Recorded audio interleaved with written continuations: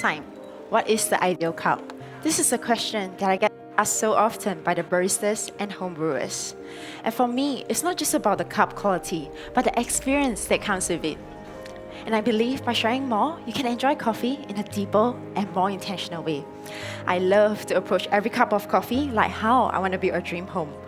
Both requires harmony across every detail. Now, let's break it down into 4 parts on how to build this dream home. First, we have the location of the house. Second, building the foundation.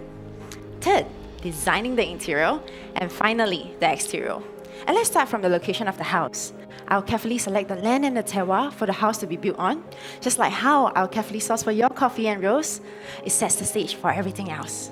Today, I'm using a blend built on complex flavors and sweetness. Using 10 grams of Inca Nuguo, a natural processed Panama geisha, for the bold grape flavors. 5 grams of Inca Sofia, a washed processed Panama geisha, for the elegant floral note. Both of these coffees are blessed with extreme altitude around 2,000 meters above sea level. With cool nighttime temperature, the coffee cherries go through a slower maturation. This allows our cherry to produce more sugars, resulting in this grape candy sweetness that we'll taste together later.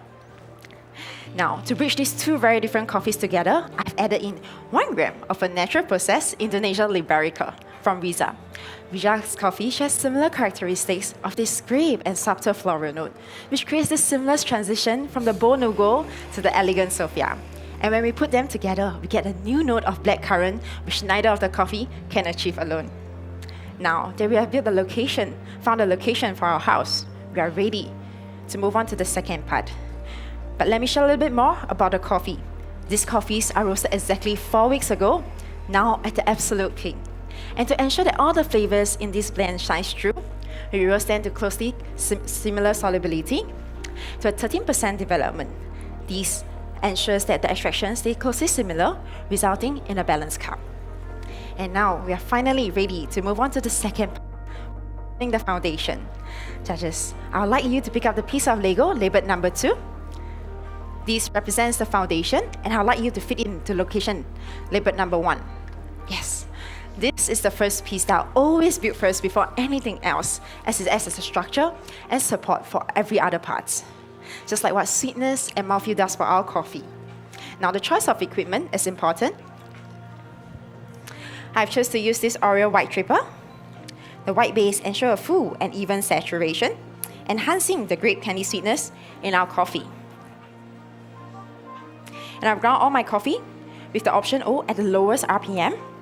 What this does is it gives me a more narrow grind size distribution, giving the coffee its structure, holding the sweetness in our coffee. And they are all ground to medium fine grind setting, with a larger surface area, paired with this Sibari's wave fast filter paper. This both allows more coffee oil to travel into the final cup, which is what will give us the smooth and round texture.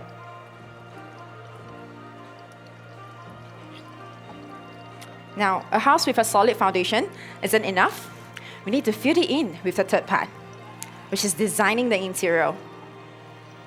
The interior is what adds colors and excitement to our home, just like what flavor and acidity does.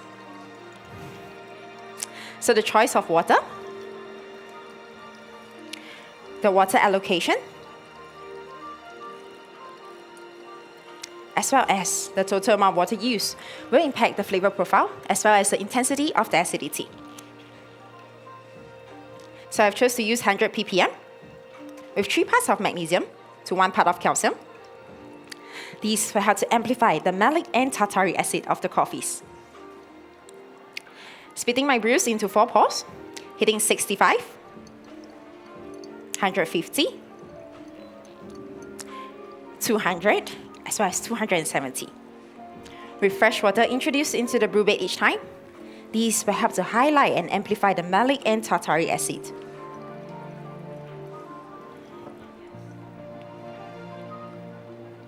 Now I've used 16 grams of coffee to a total of 270 grams of water. a ratio of 1:16.8. This helps to bring the coffee to the right balance, especially between the acidity and the sweetness that we have built earlier on.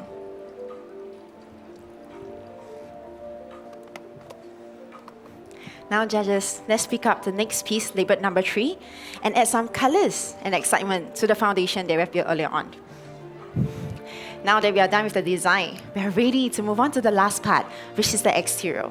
The exterior is the first thing that we see when we get home, and we want it to last. Just like the aroma is the first impression that we get for the coffee and want a lasting aftertaste. So how the water and coffee interact is important. I've chosen to use 92 degrees Celsius for all my brew. At a higher temperature, these can help to intensify the floral characteristics in the aroma, which is inherent from the geisha varietal. And I've chosen to brew my coffee all in circular motion. With more agitation introduced, these can help to enhance the lingering floral aftertaste that we'll enjoy together later. Now, let's pick up the last piece and complete our dream home together. Nice, now that we are done building with our dream home, we are ready to do a house tour together. So for the house tour, let's start with the aroma. We will have to pay 2 visits. In the first visit, you'll get notes of roses at a medium intensity with blackcurrant.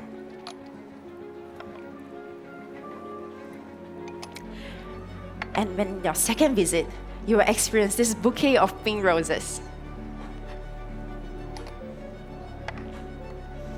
Well, once you are ready, I will transfer your coffee into the drinking vessels.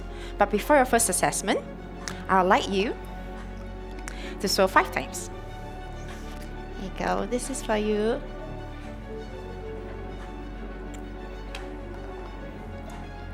This is for you.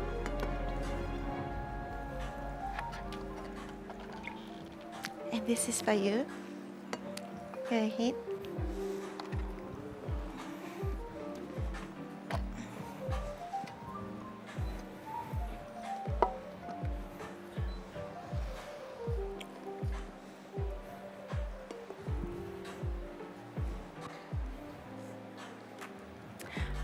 All right, for the flavor today, the flavor core. When it's hot, we get this medium intensity of blackcurrant, black grapes, and raspberry. And as it cools, that's when the black grape will transit into red grapes. Now in the aftertaste, is this long and lingering red currant. And as it cools, we get a new note of rose hip and this sweet orange. The acidity is medium plus malic and tartaric. Remind me of the blackcurrant and red grapes. With a medium citric, like raspberry. And as it cools, the citric amplify to medium heavy, like your mandarin orange. Now, and the sweetness is my favorite. It tastes like blackcurrant and grape candy.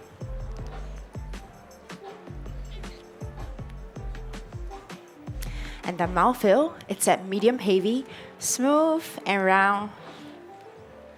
And as it cools, it goes to medium. That reminds me of this silky texture. Now, judges, I would like you to only take your first sip after I call time. These cups are specially prepared for you with the contrasting colors. Our eyes will be naturally drawn to the pink, enhancing the perceived sweetness of this coffee. Now, we might have a different image of how a dream home is like, how an ideal cup is like. But what truly matters is all the different parts and pieces that come together, complementing one another, forming this ideal balance. I love to use this analogy of building a dream home because what I want to deliver is this comfort in every sip that you take that reminds me of home. And it's the people that come together, forming different memories, conversation, filling this home, making it special. Enjoy your coffee. Thank you so much. Time. All right, that was a competitor number 7 representing Singapore.